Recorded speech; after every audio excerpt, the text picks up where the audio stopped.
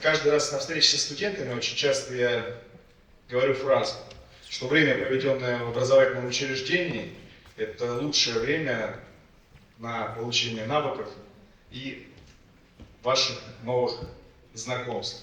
Вот те знакомства, которые вы получите сейчас, на самом деле, они в дальнейшем выстроят вашу карьерную траекторию. Я хотел, чтобы в этот день вы провели с пользой, пообщались с работодателями, а работодатели увидели горящие глазки наших студентов, и в будущем наши студенты стали вашими специалистами и лидерами ваших отраслей. Спасибо.